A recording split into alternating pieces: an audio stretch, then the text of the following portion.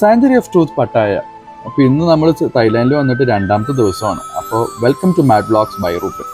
ഞങ്ങൾ രാവിലെ തന്നെ പുറപ്പെട്ടു. ഞങ്ങൾ സാഞ്ചുറി ഓഫ് ട്രൂത്തിൻ്റെ ബുക്കിംഗ് പോയിന്റിലേക്ക് എത്തി. നമ്മൾ അവിടെ ഗ്രൂപ്പായിട്ട് അസംബിൾ ചെയ്ത ഉടനെ അവർ നമുക്കൊരു ഗൈഡിനെ അലോട്ട് ചെയ്യും. വേൾഡ് വൈഡ് ടൂറിസ്റ്റുകൾ വരുന്നതുകൊണ്ട് തന്നെ നമുക്ക് ഏത് ലാംഗ്വേജിലുള്ള ഗൈഡും അവിടെ അവൈലബിൾ ആണ്.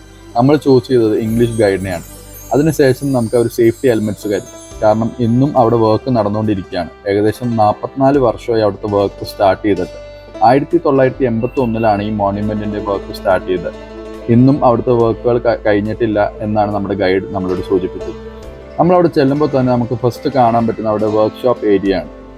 അവിടെ ഇഷ്ടം പോലെ സ്കിൽഡ് ആർട്ടിഷ്യൻസ് വർക്കുകൾ കണ്ടിന്യൂ ചെയ്ത് പോയിക്കൊണ്ടിരിക്കുകയാണ്. ഇതിൽ നമുക്ക് ഏറ്റവും അതിശയപ്പെടുത്തുന്ന ഒരു കാര്യം നമുക്ക് തോന്നിയെന്ന് പറഞ്ഞാൽ ഇതിൽ ഒരു തരത്തിലുള്ള മെറ്റൽ ഐറ്റംസും യൂസ് ചെയ്തിട്ടില്ല. മെറ്റൽ സ്ക്രൂവോ മെറ്റൽ ഫിക്സ്റ്റേഴ്സോ ഒന്നും ഉപയോഗിച്ചിട്ടില്ല. കംപ്ലീറ്റ്ലി ജോയിൻ ചെയ്യാനും ഫിക്സ് ചെയ്യാനും എല്ലാം ഉപയോഗിച്ചേക്കുന്നത് വുഡ് തന്നെയാണ്. അത് എന്നെ ശരിക്കും അതിശയപ്പെടുത്തി. കാരണം ഇത്ര വലിയൊരു മോണുമെന്റ് കംപ്ലീറ്റ്ലി വുഡിൽ ചെയ്യാന്ന് പറഞ്ഞാൽ അത് അവരുടെ ഒരു കഴിവിൻ്റെ ഒരു ടോപ്പ് ലിമിറ്റ് എന്ന് തന്നെ പറയേണ്ടി വരും. ഇതിൻ്റെ ഏറ്റവും ഹൈറ്റ് കൂടിയ ഭാഗം എന്ന് പറഞ്ഞത് 300 അടി ഹൈറ്റാണ് വരുന്നത്. അവിടെ അവർ യൂസ് ചെയ്തിരിക്കുന്ന ആ പില്ലർ സ്ട്രക്ചറിന് ടക്കിയാൻ എന്ന് പറഞ്ഞൊരു വുഡാണ്. അത് ഏകദേശം 600 വർഷം ലാസ്റ്റ് ചെയ്യുമെന്നാണ് അവർ പ്രതീക്ഷിക്കുന്നത്.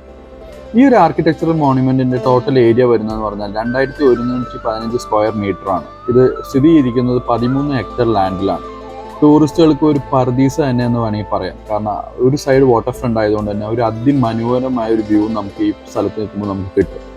അതിൻ്റെ കൂടെ ഇതിൻ്റെ ഭംഗിയും കൂടി ആകുമ്പോൾ നമ്മൾ ശരിക്കും മെസ്മറൈസ്ഡ് ആയി പോകും. കാരണം അത്രയും അടിപൊളിയായിട്ടാണ് ഇവർ ചെയ്തേക്കുന്നത്. 4 ആംഗിളിൽ നിന്ന് നോക്കിയാലും അതിമനോഹരം തന്നെ പറയാം. മുന്നോട്ട് നടന്ന് നീങ്ങിയത് നമ്മൾ മോണ്യുമെന്റിന്റെ ഉള്ളിലത്തെ കാഴ്ചകൾ കാണാനാണ്. നമുക്ക് അവിടെ സ്റ്റെയറും യൂസ് ചെയ്യാം, ലിഫ്റ്റും ഉണ്ട്. ലിഫ്റ്റും കംപ്ലീറ്റ്ലി വുഡൻ ആർക്കിടെക്ചറൽ ഡിസൈനിൽ തന്നെയാണ് അവർ ചെയ്തിരിക്കുന്നത്. നമ്മൾ ഉള്ളിൽ പ്രവേശിച്ച ഉടനെ നമുക്കൊരു ഇൻഫർമേഷൻ ഡെസ്കിൽ ലോകത്തുള്ള പല ലാംഗ്വേജസിലുള്ള ഇൻഫർമേഷൻ ബുക്ക്ലെറ്റ്സ് അവിടെ കാണാൻ സാധിക്കും.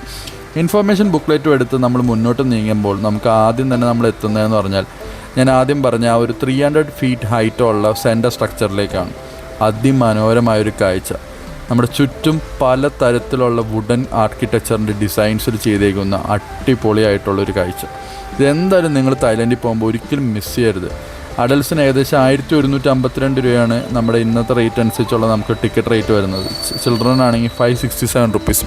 പക്ഷേ ആ പൈസയ്ക്ക് ഇത് ശരിക്കും വേർത്താണ്. കാരണം ഇത്ര മനോഹര ഒരു കാഴ്ച ഞാൻ എൻ്റെ ജീവിതത്തിൽ ഞാൻ വേറെ എവിടെയും കണ്ടിട്ടില്ല എന്ന് തന്നെ പറയാം. അപ്പോൾ അടിപൊളി തായ്ലൻഡ് വീഡിയോസിനായിട്ട് ഞങ്ങളുടെ കൂടെ കൂടിക്കോ, ഒരിക്കലും മിസ്സാക്കരുത്.